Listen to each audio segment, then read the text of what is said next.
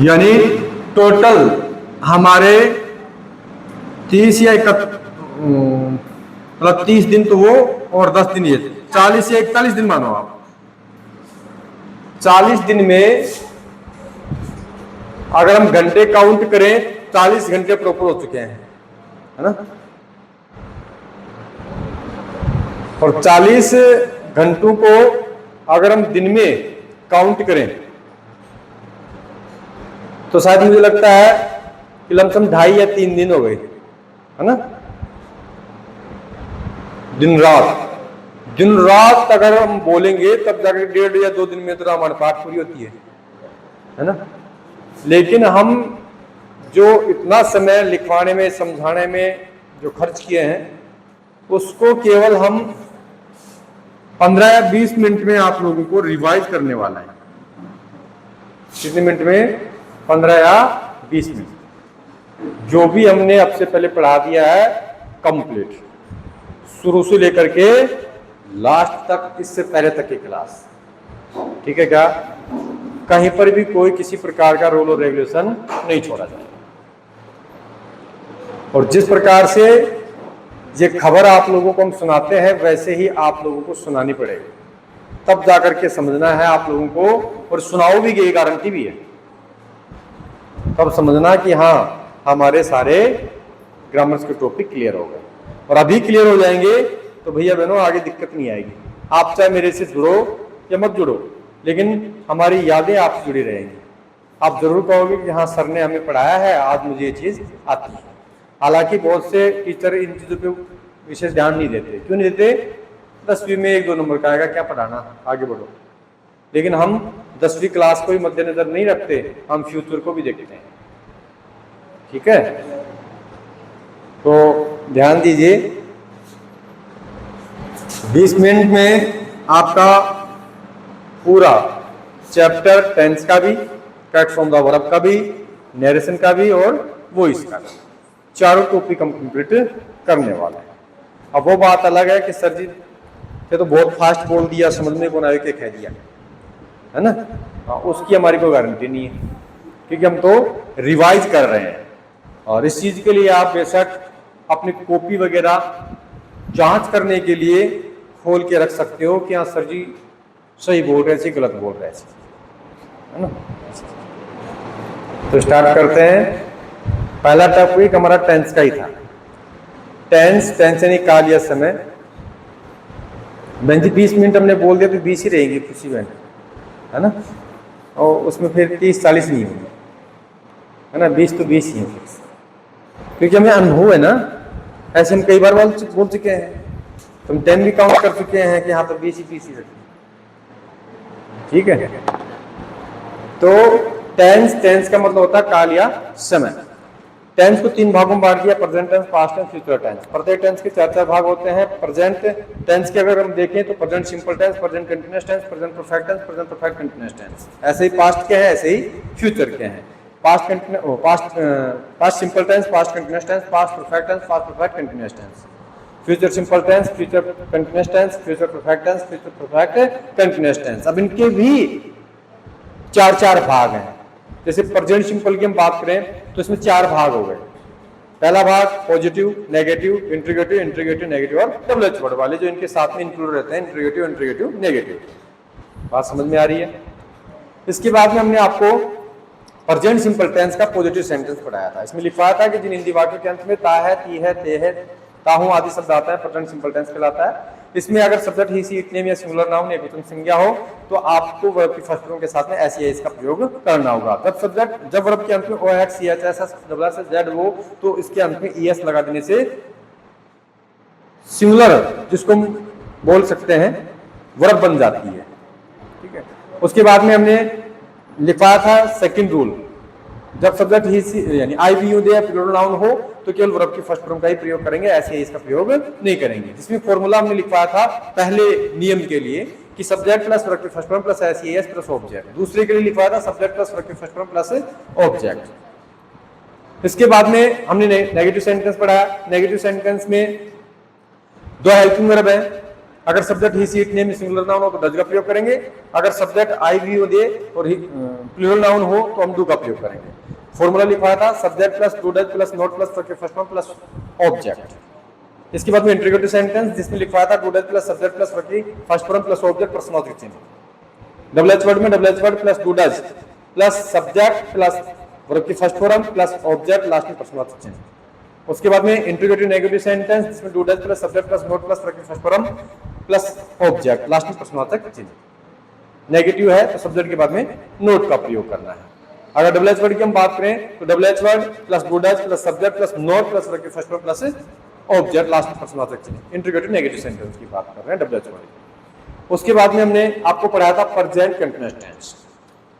पहचान लिखवाई थी कि जिन हिंदी वाक्यों के अंत में रहा है, रही है, रहे हैं, रहा हूं, रहे हैं आदि शब्द आते हैं प्रेजेंट कंटीन्यूअस टेंस कहलाता है। इस टेंस के सेंटेंस में हेल्पिंग वर्ब इज का प्रयोग किया जाता है। जब सब्जेक्ट ही सीट नेम या सिंगुलर नाउन हो तो हम हेल्पिंग वर्ब इज का प्रयोग करेंगे, जब सब्जेक्ट आई हो तो एम का प्रयोग करेंगे, जब सब्जेक्ट वी हो या प्लूरल नाउन हो तो हम आर का प्रयोग करेंगे। फॉर्मूला लिखा था subject plus is am are plus first form plus ING plus object. Negative लिखा था subject plus is am are plus not plus first form plus ING plus object. Interrogative लिखा था is am are plus subject plus verb की first form plus ING plus object last में personal change. Double H word में double H word plus is am are plus subject plus first form plus ING plus object personal change. Interrogative negative sentence में is am are plus subject plus not plus first form plus ING plus object personal change. उसके बाद double H word में लिखा था double H word plus is am are plus subject plus not plus first form plus ING plus object last में personal चिन्ह लगाना है। Are you understand? उसके बाद में लिखवाया था present perfect tense. Present perfect tense में जिन हिंदी वाक्यों के अंत में चुका है, चुकी है, चुके हैं, चुका हूं, आ है, ई है, ए है, ओ है, ऊ है, ली है, दी है, लिया है, दिया, ये हमारी पहचान हो गई। उसके बाद में इस टेंस के सेंटेंस में हेल्पिंग वर्ब हैज और हैव का प्रयोग किया जाता है। जब subject I we they plural noun होता है हैव का प्रयोग किया जाएगा, जब सब्जेक्ट ही सीट नेम या सिंगुलर नाउन होता है हैव का प्रयोग किया जाएगा। फॉर्मूला लिखा था subject plus has plus third form plus object. Negative में subject plus has plus not plus third form plus object. Interrogative में has plus subject plus third form plus object personal चिन्ह और डबल एच वर्ड। देखो अब personal चिन्ह बार बार बोलने से कोई उचित नहीं निकलेगा ना। इंट्रोगेटिव बोल दिया तो है ना, वो आप राइट करो तो उसमें आप निशान लगा देना। उसके बाद में हमने आपको लिखवाया था इंट्रोगेटिव नेगेटिव सेंटेंस में तो has plus subject plus not plus third form plus object personal चिन्ह।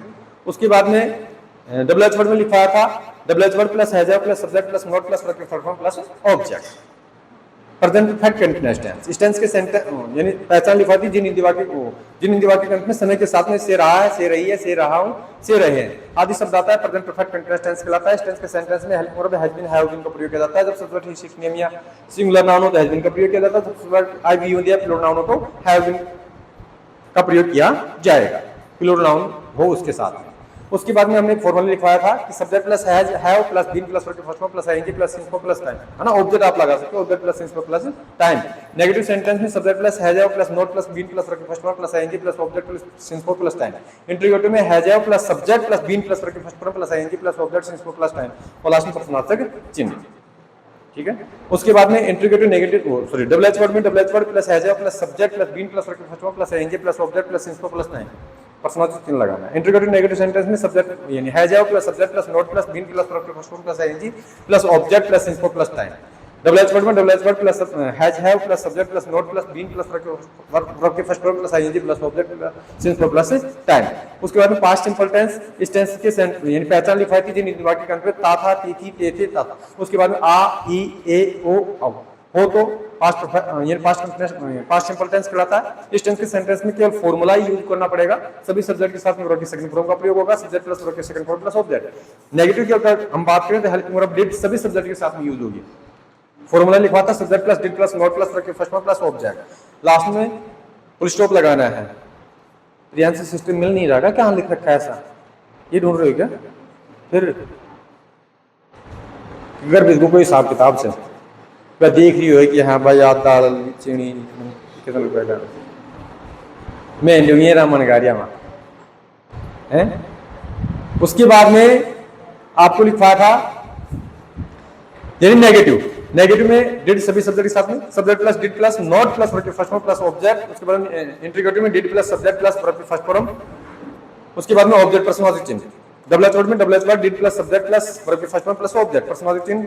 नेगेटिव में इंट्रोगेटिव नेगेटिव में did plus subject plus not plus verb के first form plus object personal चिन्ह। डबल एच वर्ड में double H word did plus subject plus not plus verb first form plus object person object change. उसके बाद में present वो sorry past continuous tense पहचान लिखवाती है जिन वाक्य के अंत में रहा था रही थी रहे थे आदि शब्द आता है पास्ट कंटिन्यूअस टेंस कहलाता है। इस टेंस के सेंटेंस में हेल्पिंग वर्ब वाज वर्ब का प्रयोग किया जाता है। जब subject I he she name हो सिंगुलर नाउन हो तो वाज का प्रयोग किया जाएगा। जब सब्जेक्ट वी हो दिया प्लूरल नाउन हो तो वर्ब का प्रयोग किया जाएगा। फॉर्मूला लिखा था subject plus was were plus verb के first form plus ING plus verb के first form plus ING plus object. Negative में subject plus was were plus not plus verb के first form plus ING plus object. Double integrative sentence में was were plus subject plus verb के first form plus ING plus object. Person object चिन्ह लगाना double H word में double H word plus was were plus subject plus verb के first form plus ING plus object. Integrative negative sentence में was were plus subject plus not plus verb के first form plus ING plus object plus last में पर्सनवाचक चिन्ह। Double H word में double H verb was were plus subject plus not plus verb plus form plus ING plus object पर्सनवाचक चिन्ह। Past perfect tense इसमें हमने आपको दो फॉर्मूले लिखवाए थे तो दोनों फॉर्मूलों को हम एक्सप्लेन ना करके हालांकि ऐसे नहीं सर को आती नहीं है ना बाकी इसमें हम शॉर्ट रूप में बताते हैं। शॉर्ट रूप में एक ही फॉर्मूला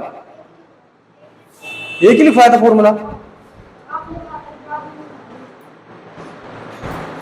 अच्छा आप बिफोर का लिखवाया था फिर अच्छा आफ्टर बिफोर का नहीं लिखवाया था। अच्छा तो इसमें यही समझाएंगे आफ्टर बिफोर का भी लिखवाया होगा एग्जाम्पल भी लिखवाए होंगे शायद मुझे पता है 9th में किया होगा ऐसा 10th में पूरा लिखवाया आफ्टर बिफोर शायद। चलो कोई नहीं। इसमें हमने आपको पहचान लिखवाई थी किसमें चुका था चुकी थी चुके थे आ था ई थी ली थी दी थी लिया था दिया था। उसके बाद में इस टेंस के सेंटेंस में हेल्पिंग वर्ब हैड बीन का प्रयोग किया जाएगा और जब यानी सभी सब्जेक्ट के साथ में हेल्पिंग वर्ब हैड बीन का ही प्रयोग होगा चाहे आई बी हो जाए आई सी नेम कुछ भी हो है ओनली फॉर हेड का प्रयोग किया जाएगा ठीक है ना। उसके बाद में फॉर्मल लिखा था subject plus had plus verb के थर्ड फॉर्म प्लस ऑब्जेक्ट। इसके बाद में आफ्टर बिफोर वाला लिखवाया था क्या नहीं लिखवाया। चलो कोई नहीं बाद में बता देंगे रीजन के द्वारा। नेगेटिव में subject plus had plus not plus third form plus object. Integrative में had plus subject plus verb की थर्ड फॉर्म प्लस ऑब्जेक्ट। उसके बाद में double H word plus had plus subject plus verb की third form plus object personal चिन्ह। Integrative negative sentence में had plus subject plus not plus verb की third form plus object personal चिन्ह और double H word में double H word plus had plus subject plus not plus verb की third form plus object personal चिन्ह। उसके बाद में past perfect continuous tense इस टेंस यानी पहचान लिखवाई थी जिन वाक्य के अंत में समय के साथ में से रहा था से रही थी से रहा और बस यही है। उसके बाद में इस टेंस के सेंटेंस में हेल्पिंग वर्ब हैड बीन का प्रयोग किया जाता है जब सब्जेक्ट यानी सभी सब्जेक्ट के साथ में हैड बीन का ठीक है। उसके बाद में लिखा था इस टेंस के सेंटेंस में सिंस फोर का प्रयोग किया जाता है। सिंस का प्रयोग पॉइंट ऑफ टाइम और फोर का प्रयोग पीरियड ऑफ टाइम के लिए किया जाता है। फॉर्मूला लिखा था subject plus had plus been plus verb के first form plus ING plus since for plus time ING के बाद में object since for plus time. Negative में subject plus had plus not plus been plus verb के first form plus ING plus object plus since for plus time. Integrative में had plus subject plus been plus verb के first form plus ING plus object since for plus time. Double H word में double H word had plus subject plus been plus verb के first form plus ING plus object since for plus time personal चिन्ह लगाते रहना। उसके बाद integrative negative sentence में had plus subject plus not plus verb के first form plus ING plus object since for plus time. Double H word में double H word had plus subject plus not plus been plus verb के first form plus ING plus since यानी object plus since for plus time ठीक है। Integrative negative sentence में not लगा देना subject के बाद। उसके बाद में हमने आपको लिखा था फ्यूचर सिंपल टेंस जिन वाक्य के अंत में आगेगी उसे फ्यूचर सिंपल टेंस कहते हैं। इस टेंस के सेंटेंस में हेल्पिंग वर्ब सेल विल का प्रयोग किया जाता है। जब सब्जेक्ट आई बी हो तो सेल का प्रयोग बाकी सभी सब्जेक्ट के साथ में विल का प्रयोग किया जाएगा। सब्जेक्ट प्लस फॉर्मूला लिखा था subject plus shall will plus verb के first form plus object. Subject plus shall will plus not plus verb के first form plus object. Shall will plus subject plus verb की first form plus object personal चिन्ह। Double H word shall will plus subject plus verb के first form plus object personal चिन्ह। Integrative negative sentence में shall will plus subject plus not plus verb के first form plus object. उसके बाद में पर्सनवाचक चिन्ह डबल एच वर्ड में double H word plus shall will plus subject plus not plus verb के first form plus object last में पर्सनवाचक चिन्ह। उसके बाद में हमने आपको लिखा था कंटिन्यूअस जिन हिंदी वाक्यों के अंत में समय यानी जिन हिंदी वाक्यों के अंत में रहा होगा रही होगी रहे होंगे आदि शब्द आते हैं तो प्रेजेंट कंटीन्यूअस टेंस कहलाता है। इस टेंस के सेंटेंस में हेल्पिंग वर्ब शैल बी और विल बी का प्रयोग किया जाता है। जब सब्जेक्ट आई बी हो तो शैल बी और बाकी सभी सब्जेक्ट के साथ में विल बी का प्रयोग किया जाता है। फॉर्मूला लिखा था subject plus shall will plus be plus verb के first form plus ING plus object. Negative में लिखा था subject plus shall will plus not plus be plus verb के first form plus ING plus object. Interrogative में लिखा था shall will plus subject plus be plus verb के first verb plus ING plus object प्रश्नवाचक चिन्ह, double H word में double H word plus shall will plus subject plus be plus verb के first verb plus ING plus object और last में प्रश्नवाचक चिन्ह। Interrogative negative sentence में shall will plus subject plus not plus be plus verb के first verb plus ING plus object प्रश्नवाचक चिन्ह। Double H word में double H word plus subject यानी shall will plus subject plus not plus be plus verb के first verb plus ING plus object last में प्रश्नवाचक चिन्ह। उसके बाद में परफेक्ट की हम बात करते हैं तो हमने लिखा था पहचान में चुका होगा, चुकी होगी, चुके होंगे, लिया होगा, ली होगी, दी होगी, किया था, आ होगा, ई होगी, ऊ होगा। उसके बाद में इस टेंस के सेंटेंस में हेल्पिंग वर्ब शैल हैव और विल हैव का प्रयोग किया जाता है। जब सब्जेक्ट आई और वी हो तो शैल हैव का प्रयोग किया जाता है, बाकी सब्जेक्ट के साथ में विल हैव का प्रयोग किया जाएगा। उसके बाद में हमने फॉर्मूला लिखा था subject plus shall will plus have plus verb के third form plus object, subject plus shall have plus not plus subject plus shall will plus not plus have plus verb की third form plus object. Interrogative में shall have plus not, shall have plus subject plus been have, shall यानी shall will plus subject plus have plus verb की third form plus object. प्रश्नवाचक चिन्ह लगाना है, W H word shall will plus subject plus have plus verb की third form plus object last में प्रश्नवाचक चिन्ह लगाना है। इंट्रोगेटिव नेगेटिव सेंटेंस में shall have plus subject not plus have, shall will plus subject plus not plus have plus verb की third form plus object last में प्रश्नवाचक चिन्ह। डब्ल्यू एच वर्ड में W H word plus shall will plus subject plus have plus verb की third form plus object last में प्रश्नवाचक चिन्ह। Are you understand? उसके बाद में फ्यूचर परफेक्ट कंटीन्यूअस टेंस, जिन हिंदी वाक्यों में अपने समय के साथ में से रहा होगा, से रही होगी, से रहे होंगे आदि शब्द आते हैं। प्रेजेंट परफेक्ट यानी फ्यूचर परफेक्ट कंटीन्यूअस टेंस कहलाता है। इस टेंस के सेंटेंस में helping verb shall have been और विल हैव बीन का प्रयोग किया जाता है। जब सब्जेक्ट आई और बी हो तो शैल हैव बीन का प्रयोग किया जाता है, बाकी सब्जेक्ट के साथ में विल हैव बीन का प्रयोग किया जाता है। फॉर्मूला लिखा था subject plus shall have been will have been plus verb के first form plus ING plus object plus since for plus time plus है ना, और इसमें सिंस फॉर का प्रयोग किया जाएगा। पहले मैंने समझा दिया था, जो भी परफेक्ट कंटीन्यूअस होगा उसमें सिंस और फॉर का प्रयोग किया जाएगा। उसके बाद में नेगेटिव में शैल यानी subject plus shall will plus not plus have plus been plus verb की first form plus ING plus object plus since for plus time. ठीक है, आप ऐसे बोल सकते हो सब्जेक्ट प्लस शैल हैव या शैल नॉट हैव बीन, ऐसे will have not been plus verb की फर्स्ट फॉर्म, ऐसे बोल सकते हो आप। ठीक है, एक ही बात। उसके बाद में नेगेटिव यानी इंट्रोगेटिव सेंटेंस में shall will plus subject plus have plus been plus verb की first form plus ING plus object plus since for plus time. Interrogative में शैल विल प्लस सब्जेक्ट।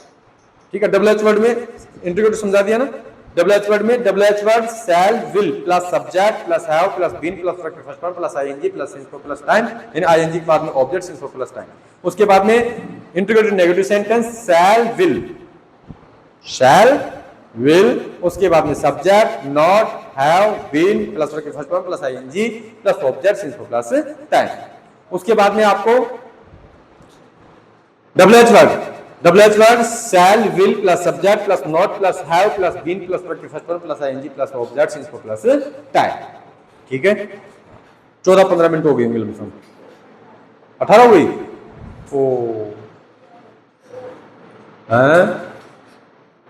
तो बड़ो मामलो रह रहे। चलो ध्यान दीजिएगा, इंट्रोगेटिव यानी नरेशन को दो भागों में बांटा गया है, डायरेक्ट इनडायरेक्ट। डायरेक्ट को है क्या करेंगे, डायरेक्ट नरेशन को बता देते हैं, है ना। नरेशन को दो भागों में बांट दिया, डायरेक्ट इनडायरेक्ट। डायरेक्ट का मतलब होता है प्रत्यक्ष वक्ता, इनडायरेक्ट का मतलब होता है अप्रत्यक्ष वक्ता। डायरेक्ट का मतलब होता है वक्ता के शब्दों को जो व्यक्त करना, डायरेक्ट नरेशन कहलाता है। डायरेक्ट नरेशन को दो भागों में बांट दिया गया, reporting verb, reported speech. Inverted coma के बाहर वाले सेंटेंस को रिपोर्टिंग वर्ब, इन्वर्टेड कोमा के अंदर वाले सेंटेंस को रिपोर्टेड स्पीच बोलते हैं। उसके बाद में इनडायरेक्ट नरेशन, वक्ता के कई शब्दों को जुगतों व्यक्त न करके अपने शब्दों में व्यक्त किया जाए, उसको इनडायरेक्ट नरेशन कहते हैं। डायरेक्ट से इनडायरेक्ट बनाते समय तीन बातों को विशेष ध्यान रखना है। पहली, रिपोर्टिंग वर्ब के सेंटेंस में आई हुई वर्ब से टू को टेल में, से टू को टेल्स में और सेट टू को टोल्ड में बदल दिया जाता है। उसके बाद में अगर ऑब्जेक्ट ना आए, से को से रखेंगे, से को से रखेंगे, सेट को सेट रखेंगे, कंजंक्शन वर्ड दैट का प्रयोग किया जाएगा। उसके बाद में हमने तीसरा नियम लिखा था कि डायरेक्ट से इनडायरेक्ट बनाते समय आवश्यकता अनुसार प्रोनाउन से संबंधित परिवर्तन, टेंस से संबंधित परिवर्तन, समय और दूरी से संबंधित परिवर्तन किया जाएगा। प्रोनाउन संबंधित परिवर्तन सारणी मैंने आपको लिखा था, यानी सब्जेक्ट इज यानी first person I, my, me, we, us. उसके बाद में second person you, your, you, second third person he, him, she, her, it, its, they, their, that. ठीक है, और ट्रिक्स लिखवाई थी S1/123 फर्स्ट पर्सन सब्जेक्ट के अनुसार, सेकंड पर्सन ऑब्जेक्ट के अनुसार, थर्ड पर्सन नो चेंज। उसके बाद में हमने लिखवाया था आपको टेंस से संबंधित परिवर्तन। दो नियम लिखवाए थे। पहला नियम था कि रिपोर्टिंग वर्ब के सेंटेंस में पास्ट यानी प्रेजेंट या फ्यूचर टेंस हो तो रिपोर्टेड स्पीच के सेंटेंस में टेंस से संबंधित परिवर्तन नहीं किया जाता है।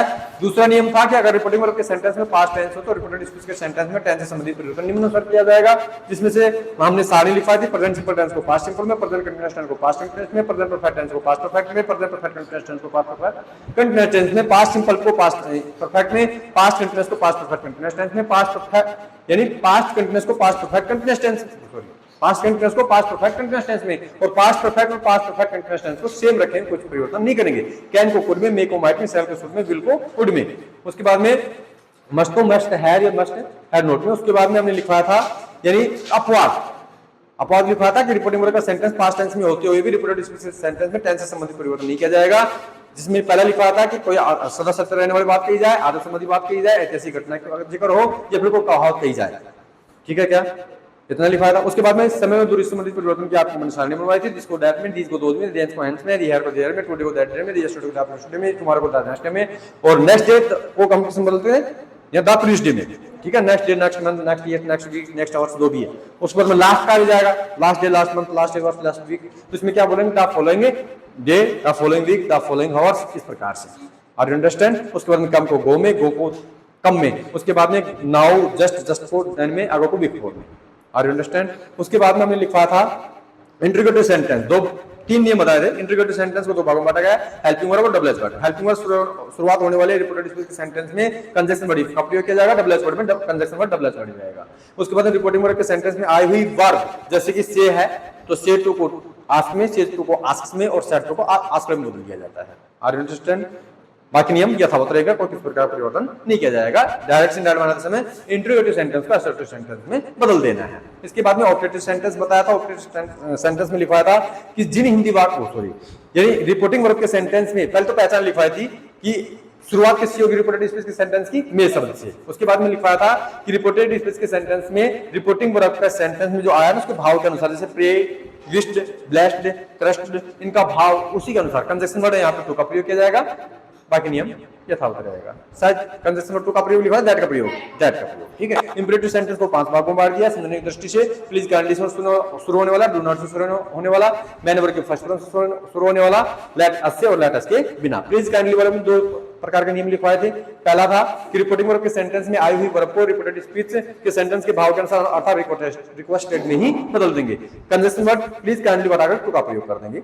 उसके बाद में डू नोट वाला था, रिपोर्टिंग वर्ब के सेंटेंस में आई हुई वर्ब को फॉरवर्ड में बदल देंगे और कंजक्शन वर्ब डू नोट को हटा करके या डू नोट को हटा करके कंजक्शन वर्ब टू का प्रयोग कर देंगे। उसके बाद मेन वर्ब के फर्स्ट फॉर्म में रिपोर्टिंग वर्ब के सेंटेंस में आई हुई वर्ब को रिपोर्टेड स्पीच के सेंटेंस के भाव के अनुसार बदल दिया जाएगा और कंजक्शन वर्ब यहाँ पर भी टू का प्रयोग किया जाएगा। लेट अस से शुरू होने वाली सेंटेंस, इसमें रिपोर्टिंग वर्ब के सेंटेंस में आई हुई वर्ब को से यानी सैड को सब्जेक्टेड में और सेड को सब्जेक्टेड टू में बदल दिया जाएगा और यहाँ पे लेट अस को हटाकर कंजक्शन वर्ब दैट का प्रयोग किया जाएगा। और वी को अगर रिपोर्टिंग वर्ब के सेंटेंस में आई और वी है तो हम आई और मी है तो वी में बदलेंगे और आई और मी नहीं होगा तो दिल में बदल देंगे। और उसके बाद में हेल्पिंग वर्ब शुड का प्रयोग किया जाएगा। Are you understand? Let us के बिना वाले सेंटेंस में लेट को हटाएंगे नहीं और रिपोर्टिंग वर्ब के सेंटेंस में आई हुई वर्ब को रिपोर्टेड स्पीच के सेंटेंस के भाव के अनुसार बदल दिया जाएगा। ठीक है क्या? कंजक्शन वर्ब किसका प्रयोग किया जाएगा? टू का।